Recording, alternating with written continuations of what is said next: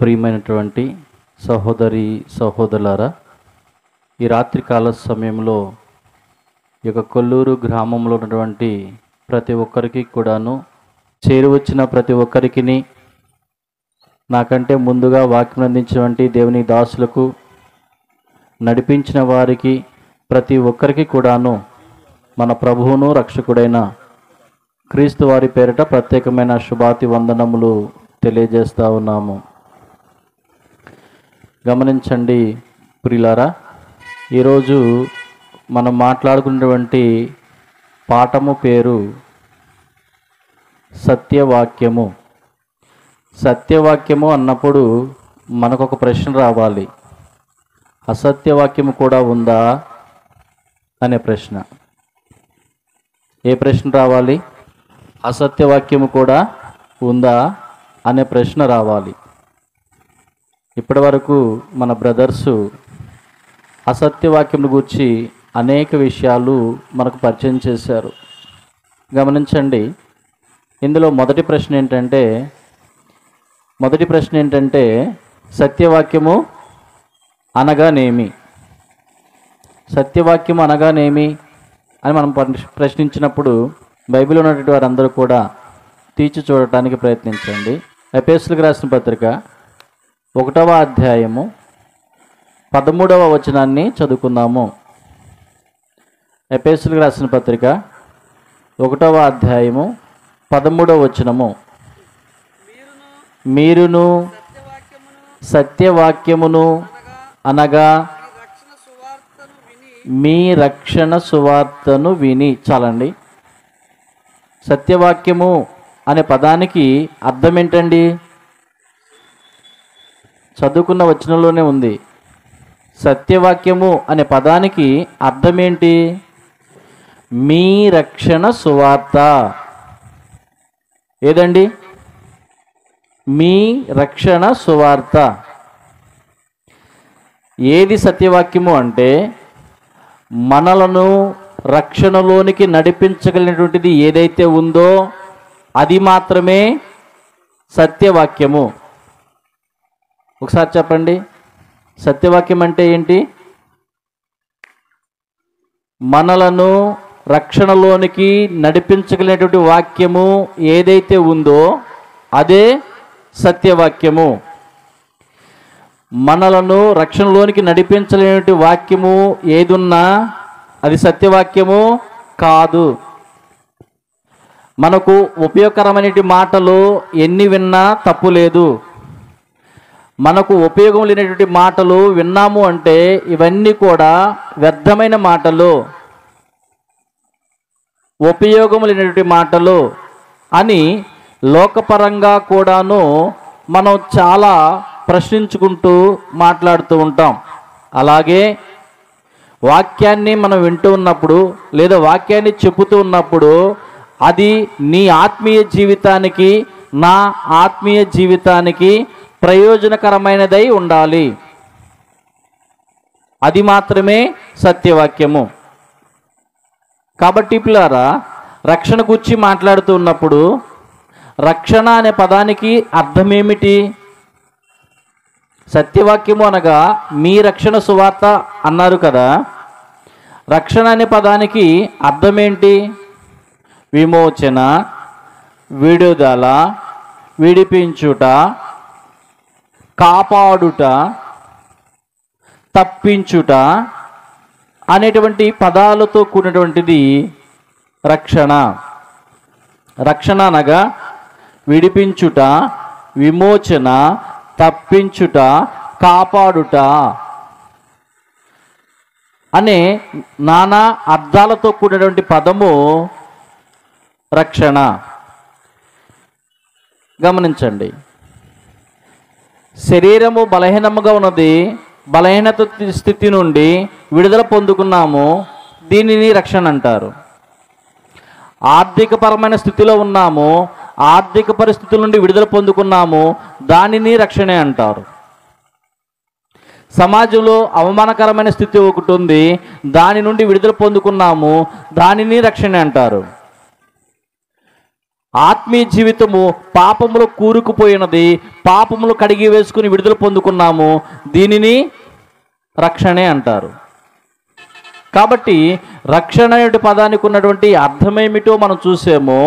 ఇది దేనికి సంబంధించినదై ఉండాలి అంటే, మొదటిగా శరీరానికి సంబంధించింది కాదు, కానీ ఆత్మరక్షణకు సంబంధించినదై ఉండాలి.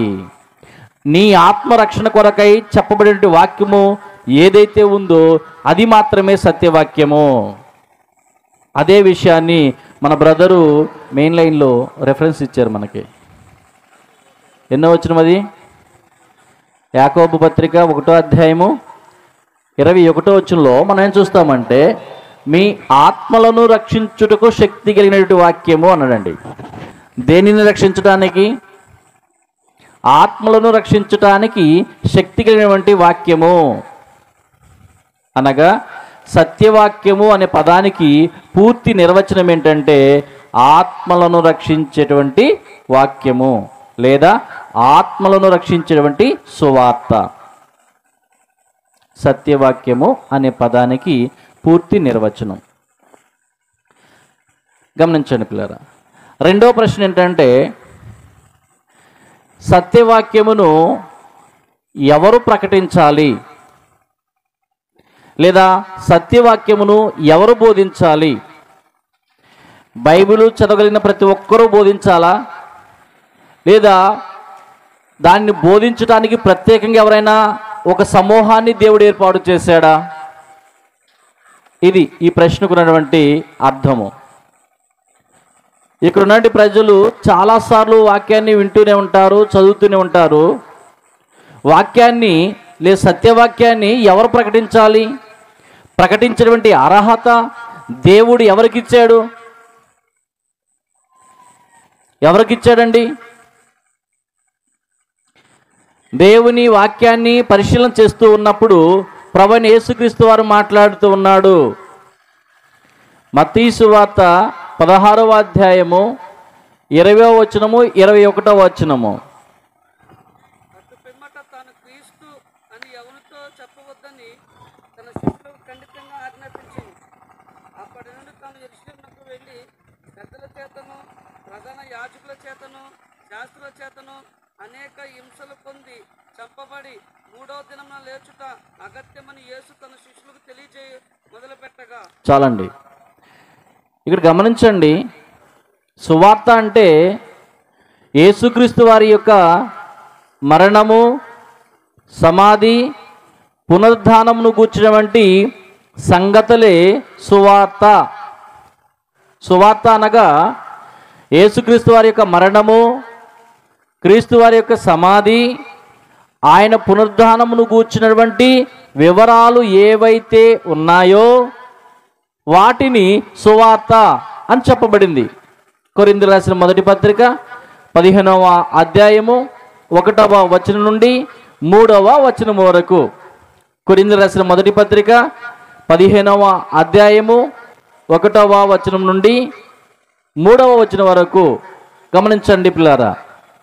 సువార్త అనగా యేసుక్రీస్తు వారి యొక్క మరణమును గూర్చిన సంగతులు, సమాధిని గూర్చిన సంగతులు, తిరిగి లేచినటువంటి సంగతులు ఏవైతే ఉన్నాయో వాటన్నిటిని కలిపి సువార్త అన్నారు. ఈ సువార్తను ప్రకటించడానికి లేదా సత్యవాక్యమును ప్రకటించడానికి ఎవరు ఎన్నిక చేయబడి ఉన్నారు అని మనం చూసినప్పుడు మొదటిగా యేసుక్రీస్తు వారు ప్రకటిస్తూ ఉన్నారు. మత్తయి సువార్త మనం చదువుకున్నాం. యేసుక్రీస్తు వారు ఏం చెప్తున్నాడు అంటే, నేను ప్రధానుల చేతికి, యాజకుల చేతికి, పెద్దల చేతికి, శాస్త్రుల చేతికి అప్పగించబడబోతున్నాను. వారు నన్ను శ్రమ పెట్టబోతున్నారు, సమాధి చేయబడుతున్నాను, తిరిగి లేవబడుతున్నాను అనేటువంటి సంగతులు ఎవరు చెప్పారు? ఎవరు చెప్పారండి? యేసుక్రీస్తు వారు చెప్పారు. అంటే సత్యవాక్యమును ప్రకటించినటువంటి వారు ఎవరు అని మనం పరిశీలించినప్పుడు, ఒకటి యేసుక్రీస్తు వారు ప్రకటించారు. ఆ తర్వాత యేసుక్రీస్తు వారు ఇది ప్రకటించండి అని ఎవరికి అప్పగించాడు? మత్తయి సువార్త 28వ అధ్యాయము 18వ వచనం నుండి, లేదా మార్కు సువార్త 16వ అధ్యాయము 15వ వచనం నుండి మనకందరికి తెలిసిన వచనాలు ఇవి. ఏంటవి? మీరు సర్వలోకమునకు వెళ్ళండి, సకల సృష్టికి సువార్తను ప్రకటించండి. అంటే సత్యవాక్యము ప్రకటించేటువంటి అధికారము ఎవరికి ఇవ్వబడింది? ఎవరికి ఇవ్వబడిందండి? యేసుక్రీస్తు వారిని వెంబడించినటువంటి శిష్యులకు ఇవ్వబడింది. ఆనాటి దినాలలో శాస్త్రులు లేరా? పరిసయ్యులు లేరా? సద్దుకయ్యులు లేరా? వారికి ఇవ్వబడలేదా? వారు ఇవ్వబడలేదు. యేసుక్రీస్తు వారు నొక్కాణించి చెప్పబడిన మాట ఏంటంటే, తన శిష్యులతో చెప్తున్న మాట, మీరు వెళ్ళి సర్వలోకమునకు సువార్తను ప్రకటించండి. అంటే సువార్తను ప్రకటించేటువంటి బాధ్యత, లేదా సత్యవాక్యంను ప్రకటించేటువంటి బాధ్యత యేసుక్రీస్తు వారు తనను వెంబడించిన శిష్యులకు అప్పగించారు. అప్పగించబడిన తర్వాత సంఘం అనేటువంటిది సమకూర్చబడుతూ ఉంది, విస్తరించుతూ ఉన్నది. అప్పుడు ఏం జరిగింది మనకు తెలుసు. అపోస్తుల కార్యము 6వ అధ్యాయము 7వ అధ్యాయము 2 అధ్యాయాలు మనం చూసినప్పుడు స్తెఫనును రాళ్లతో కొట్టి చంపారు. చంపినప్పుడు సంఘం ఏమైందంటే చెదిరిపోయింది. ఇప్పుడు 8వ అధ్యాయము 1వ వచనము 3వ వచనాన్ని ఒకసారి చదువుకుందాం. సంఘమునకు గొప్ప హింస కలిగినందున అపోస్తులు తప్ప అందరూ ఏమైపోయారండి? అపోస్తులు తప్ప మిగిలిన సంఘమంతా కూడా యోదయ సమరయకు చెదిరిపోయిరి. చెదిరిపోయి ఏం చేశారు? చదవండి. సమాధి చేసి అతని గురించి బహుగా ప్రలాపించిరి. సౌలైతే ఇంటింటొచ్చి పురుషులను స్త్రీలను ఈడ్చుకొని పోయి చెరసాలలో వేయించి సంఘమును పాడు చేయుచుండెను. కాబట్టి చెదిరిపోయిన వారు సువార్త వాక్యమును ప్రకటించుచు సంచారము చేసిరి. చాలండి. చెదిరిపోయినటువంటి వారు ఏం చేశారండి? 12 మంది శిష్యులు ఇక్కడే ఉన్నారు యెరూషలేములో. సంఘమంతా ఎక్కడికి వెళ్ళిపోయింది? సంఘమంతా ఎక్కడికి వెళ్ళిపోయిందండి? యోదయ సమరయ ప్రాంతాలకు చెదిరిపోయింది. ఎందుకు చెదిరిపోయింది? సంఘములో గొప్ప హింస జరిగినందున, స్తెఫనును చంపినందున అక్కడున్న సంఘము యోదయ సమరయ ప్రాంతాలకు చెదిరిపోయింది. చెదిరిపోయిన సంఘం ఏం చేసింది? సువార్తను ప్రకటిస్తుంది. అంటే శిష్యుల తర్వాత సువార్తను ప్రకటించే బాధ్యత, లేదా సత్యవాక్యమును ప్రకటించే బాధ్యత ఎవరికున్నది? ఎవరికండి? సంఘమునకున్నది. ఈ విషయాలు మనకు అర్థం కావాలి. ఈ బైబిల్ గ్రంథాన్ని ఎవరైనా బోధించవచ్చా? ఎవరైనా బోధించవచ్చా? బోధించేటువంటి అధికారము దేవుడు ఇచ్చాడా? నీ అంతకు నువ్వు తీసుకున్నావా? ఒకసారి గ్రంథాన్ని జాగ్రత్త చూస్తే మనకు కొన్ని విషయాలు అర్థమవుతాయి. అప్పుడు నేను ఎవరు, నేనేం పని చేయాలి, నా డ్యూటీ ఎంతవరకు అర్థమయ్యేది. ఒకటి యేసుక్రీస్తు వారు, రెండవది శిష్యులు, మూడవది ఆయన సంఘము. తదుపరి మనం చూస్తున్నప్పుడు పౌలు గారు కూడా బోధించడం ప్రారంభించాడు. ఎప్పుడండి? పౌలు గారు కూడాను బోధించడం ప్రారంభించాడు. ఎప్పుడు? యేసే క్రీస్తు అయి ఉన్నాడని తెలిసి బాప్తిసం పొందుకున్న తర్వాత, బాప్తిసం పొందుకొనక ముందున. ఎప్పుడండి?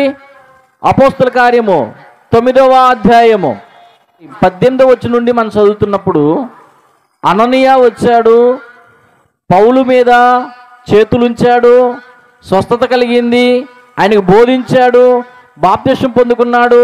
బాప్తిసం పొందుకున్న తర్వాత యేసే క్రీస్తు అని బోధిస్తూ ఉన్నాడు. ఈ విషయాలు మనకు అర్థం కావాలి. ఇప్పుడు పౌలు గారు ఎవరయ్యా అంటే, ఏ సంఘాన్ని అయితే హింస పెట్టాడో అదే సంఘానికి పరిచారకుడు అయ్యాడు. ఎఫెసీయులకు రాసిన పత్రిక 3వ అధ్యాయము 7వ వచనంలోను, కొలసలకు రాసిన పత్రిక 1వ అధ్యాయము 23వ వచనంలోను అనేక చోట్ల మనం చూస్తూ ఉంటాము. పౌలు గారు మాట్లాడుతున్న మాట ఏంటంటే, నేను ఆ సంఘమునకు పరిచారకుడును. ఏ సంఘాన్ని హింసించాడు ఆయన? ఏ సంఘాన్ని హింసించాడండి? యెరూషలేములో మొట్టమొదటిగా ఏర్పడినటువంటి క్రీస్తు సంఘాన్ని హింసించాడు. తరువాత ఆ సంఘానికి పరిచారకుడయ్యాడు. కాబట్టి ఆ సువార్తను ఆయన ప్రకటిస్తూ ఉన్నాడు. సత్యవాక్యమును ప్రకటించేటువంటి అధికారము ఎవరికి ఇవ్వబడింది? ఆయన సంఘములో చేర్చబడిన వారికి మాత్రమే ఇవ్వబడింది. అలాగున పౌలు గారు తిమోతితో మాట్లాడుతూ ఉంటాడు, ఎపఫ్రాతో మాట్లాడుతూ ఉంటాడు. అలాగున అనేక మంది శిష్యులను ఏర్పాటు చేసుకుని ఆయా ప్రాంతాలకు దేవుని పని నిమిత్తం వారిని నడిపిస్తూ, ప్రోత్సహిస్తూ, ముందుకు పంపిస్తూ ఉంటాడు. జాగ్రత్తగా గమనించండి. సత్యవాక్యాన్ని ఎవరు ప్రకటించాలి అని ప్రశ్నించినప్పుడు అది ఎవరికి పడితే వారికి అధికారం లేదండి. టోటల్గా మనం ఏం చూసామంటే, క్రీస్తు వారు ఏర్పాటు చేసినటువంటి సంఘమునకు మాత్రమే ఉంది. ఆ సంఘమే సత్యవాక్యాన్ని బోధించేవారై ఉన్నారు. మరొక ప్రశ్న, వీళ్ళే బోధించాలా? ఇంకెవరో బోధించకూడదా అని మన హృదయాల్లో సందేహం రావచ్చు. సత్యవాక్యాన్ని వాళ్ళే బోధించాలా, ఇంకెవరు బోధించకూడదా అనేటువంటి ప్రశ్న మనలోనికి రావచ్చు. పేతురు రాసిన మొదటి పత్రిక 2వ అధ్యాయము 9వ వచనం. పేతురు రాసినటువంటి మొదటి పత్రిక 2వ అధ్యాయము 9వ వచనము. ఇక్కడ ఏం మాట్లాడుతున్నాడంటే, చీకటిలో నుండి ఆశ్చర్యకరమైన వెలుగులోనికి పిలిచిన వాని గుణ అతిశయములను ప్రచురము చేయుటకు మీరు ఏర్పాటు చేయబడిన వంశము. ఎవరై ఉన్నారండి? ఒకే వంశమై ఉన్నారు. ఎందుకు మిమ్మలను ఒక వంశముగా ఏర్పాటు చేసుకున్నాడు? ఆయన గుణ అతిశయములను ప్రచురము చేయటానికి, లేదా సత్యవాక్యమును ప్రకటించడానికి నిన్ను ఒక కుటుంబముగా ఏర్పాటు చేసుకున్నాడు. చీకటిలో నుండి వెలుగులోనికి వచ్చిన వారిని, అనగా లోకములో నుండి నీవు యేసుక్రీస్తు వారి యొక్క వాక్యమును, సువార్తను విని నీ పాపములను ఆయన నామములో, ఆయన రక్తములో కడిగి వేసుకొని ఆయన సంఘములో చేర్చబడినప్పుడు నీవు ఒక కుటుంబం అయి ఉన్నావు. ఎందుకు అయి ఉన్నావు? ఆయన గూర్చి ప్రకటించడానికి. కాబట్టి సత్యవాక్యమును ప్రకటించేటువంటి అధికారము కానీ ఎవరు ఇచ్చారయ్యా అంటే దేవుడే ఇచ్చాడు. ఎవరికి ఇచ్చారు అంటే ఆయన ఏర్పాటు చేసుకున్న కుటుంబానికి ఇచ్చాడు. ఏ కుటుంబం పడితే ఆ కుటుంబం బోధించడానికి అవకాశం లేదు. ఆయన ఒకే కుటుంబానికి ఇచ్చాడు. ఆ కుటుంబం ఎవరంటే క్రీస్తు యొక్క సంఘం అనే విషయాన్ని ఈ గ్రంథం, మనందరి చేతుల్లో ఉన్న ఈ గ్రంథం చాలా స్పష్టంగా తెలియజేస్తూ ఉంది. ఏర్పాటు చేయబడిన వంశము అన్నాడండి. వీరిని ప్రథమ ఫలము అన్నాడు. యాకోబు పత్రిక 1వ అధ్యాయము 18వ వచనంలో, యాకోబు పత్రిక 1వ అధ్యాయము 18వ వచనంలో, ఆయన తాను సృష్టించిన వాటిలో మనము ప్రథమ ఫలముగా ఉండు నిమిత్తము, దేని వలనండి? సత్యవాక్యము వలన తన సంకల్పము ప్రకారము కనెను. దేని వలన కన్నాం మనం? దేని వలన పుట్టాము? ఆయన వాక్యము వలన పుట్టినటువంటి మనమేమయ్యాము? ప్రథమ ఫలమయ్యాము. ఆయన కుటుంబములో ప్రథమ సంతానమయ్యాము. పేతురు రాసిన పత్రికలో ఏర్పాటు చేయబడిన వంశము, యాకోబు పత్రికలో ప్రథమ ఫలము అనే వచనాలను మనం చూసాం. కాబట్టి సత్యవాక్యమును వినుట ద్వారా మన హృదయాలు కదిలించబడి బాప్తిస్మము పొందుకున్నప్పుడు మనము ఆయన వంశమై ఉన్నాము, ప్రథమ ఫలమై ఉన్నాము. ఏమై ఉన్నాము? ప్రథమ ఫలము. ప్రథమ ఫలము యెహోవాకు ప్రతిష్ఠిత చేయవలెను. పాత నిబంధన గ్రంథంలో మనం చూస్తున్నప్పుడు తొలిగా పుట్టినటువంటి ప్రథమ సంతానాన్ని దేవునికి ప్రతిష్ఠిత చేయవలెను. వారు దేవునికి పనిలో వాడబడవలెను. అలాగుననే ఇక్కడ కూడా మనం చూసినప్పుడు సత్యవాక్యము ప్రకటించడానికి ఆయన సంకల్పం ప్రకారం మనల్ని కని ఆ బాధ్యతను మనకు అప్పగించాడు. ఇప్పుడు మనల్ని కూడాను ఈ వాక్యం ఏం తెలియజేస్తుందంటే మీరు ప్రథమ ఫలమై ఉన్నారు అన్నాడు. కాబట్టి సత్యవాక్యాన్ని బోధించేటువంటి అధికారం ఎవరికి ఉందంటే ప్రథమ ఫలమైనటువంటి ఆయన సంఘ సభ్యులకు మాత్రమే ఉంది. పౌలు గారు తిమోతితో మాట్లాడుతూ తిమోతి రాసినటువంటి మొదటి పత్రిక 3వ అధ్యాయము 15వ వచనము. తిమోతి రాసినటువంటి మొదటి పత్రిక 3వ అధ్యాయము 15వ వచనం. సంఘాన్ని గురించి మాట్లాడుతూ సంఘము సత్యమునకు స్తంభమునై ఉన్నది అన్నాడండి. సంఘము సత్యమునకు స్తంభమును ఆధారమునై ఉన్నది. కాబట్టి సత్యవాక్యాన్ని ఎవరు ప్రకటించాలి అని చూసినప్పుడు సత్యమునకు ఆధారమై ఉన్నటువంటి సంఘము ఏదో అదే ప్రకటించాలి. సత్యమునకు ఆధారమైనటువంటి సంఘము ఏదైతే ఉందో ఆ సంఘమే సత్యవాక్యమును ప్రకటించాలి. వేరొకటి ప్రకటించడానికి అనుమతి దేవుడు ఇవ్వలేదు. కాబట్టి పిల్లారా, సత్యవాక్యమును ఎవరు పడితే వారు ప్రకటించకూడదు అనే విషయాలు మనం వాక్యం ద్వారా తెలుసుకోవలసిన వారమై ఉన్నాం. చివరిగా మరొక విషయాన్ని మనం చూసినప్పుడు సత్యవాక్యమును వినుట వలన వచ్చేటువంటి ప్రయోజనాలు ఏంటి? సత్యవాక్యమును వినుట వలన వచ్చేటువంటి ప్రయోజనాలు ఏంటి?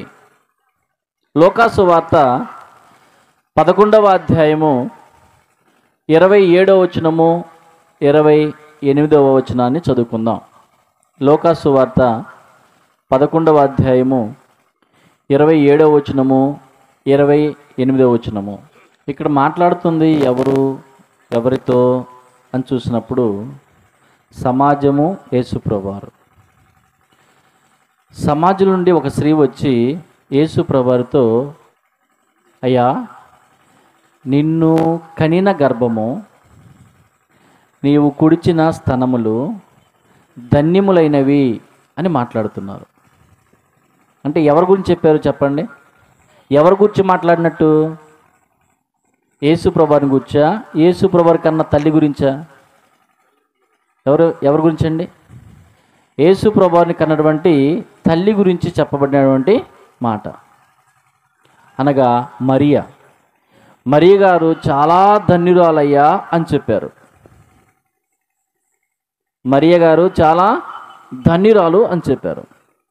చెప్పినప్పుడు యేసుప్రభువారు అన్న మాట ఏంటంటే, అవును కానీ నీ వాక్యమును విని దానిని గైకొను వారు మరి ధన్యులు. అంటే సత్యవాక్యమును విని సత్యవాక్య ప్రకారము జీవించినట్లయితే యేసుప్రభువారిని కన్నటువంటి మరియ కంటే కూడా గొప్పవారు. ఎవరికంటే గొప్పవారండి? సత్యవాక్యమును విని దాని ప్రకారము జీవించినట్లయితే ఎవరికంటే గొప్పవారు అవుతారు? మరియ కంటే గొప్పవారు. యేసుక్రీస్తు వారిని కన్నటువంటి తల్లి ఉందే, ఆ తల్లి చాలా పవిత్రురాలు, ఆమె చాలా గనురాలే. కానీ ఆమె కంటే గనులు ఎవరు? సత్యవాక్యమును విని దాని ప్రకారము జీవించిన వారు. సమాజంలో కొన్నిసార్లు మరియ గారి బొమ్మను పెట్టి ఊరేగిస్తూ ఉంటారు. ఎందుకని? ఆమె పవిత్రులైనటువంటి కన్యకని, పరిశుద్ధ మేరీ మాతని, అలాగను కొన్ని పేర్లు సంబోధన చేసి ఆమెను ఊరేగిస్తుంటారు. నిజంగా గనురాలే ఆమె. అయితే ఇప్పుడు ఈ వాక్య ప్రకారము ఒకవేళ ఊరేగిస్తే ఎవరు ఊరేగించాలి? ఎవరు ఊరేగించాలి? సత్యవాక్యాన్ని విని దాని ప్రకారం జీవించే వారిని ఊరేగించాలి. ఆమెను ఊరేగించుటల అర్థం ఏంటి? ఈమె పరిశుద్ధురాలు, లోక రక్షకునికి జన్మించినటువంటి గనురాలు అనే భావన. ఇప్పుడు సత్యవాక్యమును విని దాని ప్రకారం జీవించే వారిని ఊరేగించుటల అర్థం ఏంటి? వీరు సత్యం ప్రకారము జీవించేవారు, నిత్య జీవానికి పాత్రులు, వీరి వల్ల మనం కూడా నడుచుకోవాలి అనే భావాన్ని తెలియజేస్తూ ఉంది. కాబట్టి పిల్లారా, సత్యవాక్యాన్ని మనము వినటము, అనుసరించటము వలన చాలా గొప్పవారమై ఉంటున్నాము అనే విషయాన్ని యేసుప్రభువు వారే మనకు తెలియజేశాడు. అంతేకాదు, వాక్యాన్ని విని వాటి ప్రకారము జీవించినట్లయితే ఇంకా మనం ఈ లోకంలో చూసినప్పుడు ఎఫెసీయులకు రాసినటువంటి పత్రిక 6వ అధ్యాయము 10వ వచనం నుండి 17వ వచనం వరకు మనం చదువుకుంటాము. అక్కడేముంటుందంటే, వాక్యమును విని వాటి ప్రకారము మనం జీవించినటువంటి వారమై ఉంటే వాక్యము నీ ఆత్మకు ఖడ్గమై ఉంటుంది అని చెప్పబడుతుంది. వాక్యము ఏమై ఉంటుందండి? సత్యవాక్యమును కానీ మనం విని దాని ప్రకారం జీవించే వరమైతే మన శరీరములో ఉన్నటువంటి ఆత్మ బలముగా ఉంటుంది. ఎంత బలము అంటే అపవాది తంత్రాలను గ్రహించేటువంటి బలము. వేటిని? అపవాది యొక్క తంత్రాలను గ్రహించేటువంటి బలము, అపవాది యొక్క సమూహముతో పోరాడేటువంటి బలము, వాటిని జయించేటువంటి శక్తిమంతులుగా ఉంటాము అని పౌలు గారు ఎఫెసీలో ఉన్న వారితో స్పష్టంగా మాట్లాడుతూ ఉన్నాడు. కాబట్టి పిల్లరా, సత్యవాక్యాన్ని విని విడిచిపెట్టామా మోసపోతాం, సత్యవాక్యాన్ని విని అనుసరించామా మన శక్తిమంతులం అవుతాం. హెబ్రీ గ్రంథకర్త కూడా ఏం మాట్లాడతాడంటే, దేవుని వాక్యము బలమైనది, సజీవమైనది, ఎటువంటి రెండంచులు కలిగిన ఖడ్గము కంటేను వాడిగా నుండి ప్రాణాత్మలను, కీళ్లను, మూలుగులను విభజించునంత మట్టుకు దూరుచు హృదయం యొక్క తలంపులను పరిశోధన చేస్తూ ఉంది అన్నాడండి. సత్యవాక్యమును మనం విని అనుసరించే వారమైతే నాలోనికి ఏదైనా ఆలోచించినప్పుడు ఇది మంచిదా కాదా వెంటనే పరీక్షిస్తాం. సత్యవాక్యమును మనం గ్రహించే వారమై ఉంటే, అనుసరించే వారమై ఉంటే మనం ఏ త్రోవలో వెళుతున్నామో వెంటనే అర్థమవుతుంది. మనం ఎవరితో ఎంతవరకు మాట్లాడాలి వెంటనే అర్థమవుతుంది. మన ఎదురుగున్నటువంటి సమూహము మంచివారా కాదా అర్థమైపోతుంది. సత్యవాక్యములో అంత శక్తి ఉంది, సత్యవాక్యములో అంత వివేకం ఉంది, సత్యవాక్యములో అంత ఘనత కూడా ఉందండి. కాబట్టి సత్యవాక్యమును విని అనుసరించడం వలన మనకు ప్రయోజనము ఎంత అంటే లోకములో ఎవ్వరూ ఇవ్వలేనంత, సమాజంలో ఏ స్కూలులో కానీ, ఏ కాలేజీలో కానీ, ఏ యూనివర్సిటీలో కానీ దొరకనంత బలము, జ్ఞానము, వివేకము సత్యవాక్యములో మనకు కనబడుతుంది. కాబట్టి ప్రియులారా, మనమందరం కూడా గ్రహించవలసినటువంటి విషయాలు ఏంటంటే, సత్యవాక్యం అనేటువంటిది మన ఆత్మలను రక్షించేటువంటిది. సత్యవాక్యాన్ని ఎవరు ప్రకటించాలి అంటే, ఎవరికైతే అధికారం ఉందో వారే ప్రకటించాలి. వారే ఎందుకు ప్రకటించాలి అంటే, దేవుడు వారిని ఏర్పాటు చేసుకున్నాడు కాబట్టి. ఒకవేళ ఎవరైనా ప్రకటించాలి అంటే ఆయన ఏర్పాటు చేయబడినటువంటి వంశంలోనికి చేరి, లేదా ఆ ప్రథమ ఫలంలోనికి చేరి, లేదా ఆ సంఘంలోనికి చేరి మాత్రమే ప్రకటించాలి. దాన్ని వినేటువంటి వారు ఎంత ఘనులై ఉంటారు అంటే, యేసుక్రీస్తు వారిని కన్నటువంటి తల్లి అయిన మరియ కంటే కూడా ఘనులై ఉంటారు. అపవాది తంత్రాలను గ్రహించేవారై ఉంటారు, ఎదిరించేవారై ఉంటారు. లోకంలో ఉన్న మనుషులను గమనించేవారై ఉంటారు. లోకంలో మనం జీవించే జీవన విధానం ఎలాంటిదని గ్రహించేవారై ఉంటారు. వారికి పుట్టేటువంటి ఆలోచనలు మంచివా కాదా అని గ్రహించేటువంటి వివేకం గలవారై ఉంటారు. అలాగున తన జీవితాన్ని నిత్య జీవానికి నడిపించినటువంటి సమర్థవంతులై ఉంటారు. అలాంటి ఉన్నతమైనటువంటి స్థానము ఈ గ్రామంలో ఉన్న ప్రతి ఒక్కరికి కలిగించాలని, ప్రతి ఒక్క హృదయంలో కూడా సత్యవాక్యాన్ని నింపాలని తండ్రి అయినటువంటి దేవుడు ఈ గ్రామంలో కూడాను తన కుమారుని యొక్క సంఘమును స్థాపించాడు. తన కుమారుని యొక్క సంఘమును ఈ గ్రామంలో కూడా స్థాపించాడు. ఎందుకు అంటే, ఈ గ్రామంలో ఉన్నటువంటి ప్రజలందరూ కూడాను సత్యవాక్యాన్ని ఇక్కడ నేర్చుకోవాలని, ఈ గ్రామంలో ఉన్న వారందరూ కూడాను ఆ సత్యవాక్యాన్ని నేర్చుకొని బలవంతులు కావాలని, ఆత్మలను రక్షించుకోవాలని తండ్రి దేవుడు ఈ గ్రామంలో ఆయన సంఘాన్ని సహోదరుడు అశోక్ గారి ద్వారా ఏర్పాటు చేయటము జరిగింది. కాబట్టి దానిని చులకనగా చూడకూడదు. దేనిని? ఆయన ఏర్పాటు చేసినటువంటి సంఘమును చులకనగా చూడకూడదు. ప్రస్తుతానికి చూడటానికి అది చిన్న సంఘముగా ఉండవచ్చు, అందులో కొద్ది మందే ఉండవచ్చు, అందులో ఆడంబరాలు లేకపోవచ్చు, శరీరాన్ని ఉత్తేజింపజేసేటువంటి సౌకర్యాలు అక్కడ లేకపోవచ్చు. కానీ అది ఆత్మను రక్షించేటువంటి సంఘము అనే విషయాన్ని ఈ గ్రామంలో ఉన్న ప్రతి ఒక్కరు కూడా గ్రహించాలి. వారు ఏర్పాటు చేసేటువంటి కార్యక్రమాలలో ప్రతి ఒక్కరూ ప్రోత్సహించేవారిగా ఉండాలి.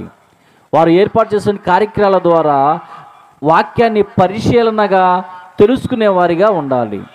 అలాగున జీవించినట్లయితే మనము, మన కుటుంబాలు నిత్యము దేవునితో కలిసి ఉండటానికి దేవుడు అవకాశాన్ని కల్పిస్తాడు. ఒకవేళ తిరస్కరించినట్లయితే శాపాన్ని పొందుకోవడానికి అవకాశాన్ని కల్పిస్తాడు. ఇది ఎవరు కూడా తప్పుగా అర్థం చేసుకోకండి.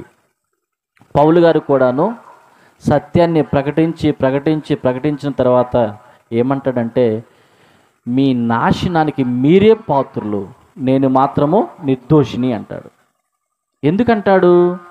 సత్యాన్ని అడ్డగిస్తున్నారు కాబట్టి, సత్యం చెప్పే మనుషులను తృణీకరించారు కాబట్టి, సత్యం చెప్పే మనుషులను హింస పెట్టారు కాబట్టి, కొట్టారు, చెరసాల్లో వేశారు కాబట్టి పౌలు గారు మాట్లాడుతున్నాడు. సాత్వికంతోనే చెప్తున్నాడు. తిట్టినా, కొట్టినా, చెరసాల్లో వేసిన సాత్వికంతోనే చెప్తున్నాడు. చెప్పినా వినిపించుకోకపోతే అప్పుడు అంటున్న మాట అపోస్తుల కార్యము 20వ అధ్యాయము 19వ వచనం నుండి చదువుకుందాం. చదవండి. యూదుల కుట్ర వలన నాకు శోధనలు సంభవించును. కన్నీళ్లు విడుచుచు పూర్ణమైన వినయభావముతో నేను ఎలాగో ప్రభును సేవించుచున్నానో మీకు తెలియను. మరియు ప్రయోజనకరమైనది ఏదియు దాచుకొనక బహిరంగముగాను ఇంటింటను మీకు తెలియజెప్పుచు బోధించుచున్నాను. 26వ వచనం చదివేసి. కాబట్టి ఎవరి నాశనము విషయమైనను నేను దోషిని కానని నేడు మిమ్మును సాక్ష్యము పెట్టుచున్నాను. చాలండి. పౌలు గారు బోధించినప్పుడు తనకి ఏం సంభవించినాయి అంటే హింసలు, బాధలు, దెబ్బలు, నిందలు, అవమానాలు ఇవన్నీ ఎదురైనాయి. అయితే ఆయన దుఃఖపడుతున్నాడు, కన్నీరు కాచుచున్నాడు. అయినను మేలుకరమైనది ఇంటింటను బహిరంగముగాను సమాజంలోనూ బోధిస్తూనే ఉన్నాడు. బోధించిన తర్వాత వినకపోతే మీ నాశనానికి మీరే పాత్రులు అన్నాడు. అలాగే ఈ గ్రామంలో కూడాను సత్యవాక్యమును ప్రకటించడానికి దేవుడు ఆయన సంఘమును ఏర్పాటు చేశాడు. ఆ సంఘము ద్వారా చెప్పబడే వాక్యాన్ని ఎవరైనా సరే అంగీకరిస్తే వారు నిత్య జీవాన్ని పొందుకుంటారు. అంగీకరించక తిరస్కరిస్తే వారు నాశనాన్ని పొందుకుంటారు. ఇది కావాలని మనం చెప్పుకునే మాటలు కాదండి. ఆనాడు సంఘంలో పనిచేసేటువంటి పరిచారకు ఎదురైనటువంటి సమస్యలండి అవి. నిజంగా సంఘాన్ని హింసిస్తే, సంఘాన్ని అడ్డగిస్తే నాశనం కలుగుతుందా? తప్పనిసరిగా కలుగుతుందండి. సంఘము ఏర్పడినటువంటి మొదటి దినాలలో తోదా అనే ఒక వ్యక్తి సంఘమును హింసించటానికి 400 మందిని తీసుకుని బయలుదేరాడు. అప్పుడు దేవుడు తోదాను మొత్తగా తోదా చచ్చిపోయాను. కాబట్టి పిల్లారా, సంఘమును అడ్డగించాలనో, సంఘమును పాడు చేయాలనో, సంఘమును ఇబ్బంది పెట్టాలనో ఎవరైనా ప్రయత్నిస్తే ఆ వ్యక్తులను దేవుడు చూస్తూ ఊరుకునేటువంటి దేవుడు మాత్రమో కాదు. కనుక సంఘము ద్వారా సత్యవాక్యం వినబడుతూ ఉంది. వినిపించడానికి దేవుడు మంచి నమ్మకమైన పని వారిని ఈ ప్రాంతంలో ఏర్పాటు చేశారు. ఆ ప్రాంతంలో ఉన్న ప్రజలందరూ కూడాను వినండి, గ్రహించండి, పరిశీలించి, లేఖనాలను పరిశీలించి ఆత్మను రక్షించుకోవడానికి ప్రయత్నించండి, కానీ అడ్డగించడానికి మాత్రం ఎవరు సాహసం చేయకండి. దానివలన దేవుడు మనకు క్షేమాన్ని మాత్రము ఇవ్వడు. అనుసరించినట్లయితే మనకు, మన కుటుంబాలకు, తరతరాలకు దేవుడు క్షేమాన్ని కలుగు చేస్తాడు.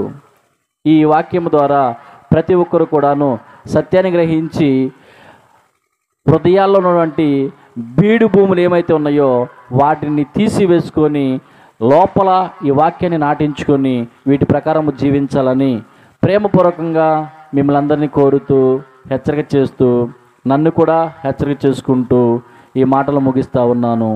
నాకు అవకాశం కల్పించినటువంటి మరి అశోక్ గారికి, ఇక్కడ స్థానిక సంఘానికి అధ్యక్షుల వారికి, నాకంటే ముందు వాక్యాన్ని అందించినటువంటి దేవుని యొక్క దాసులకు ప్రత్యేకమైనటువంటి వందనములు తెలియచేస్తూ ఈ మాటలు ముగిస్తూ ఉన్నాము.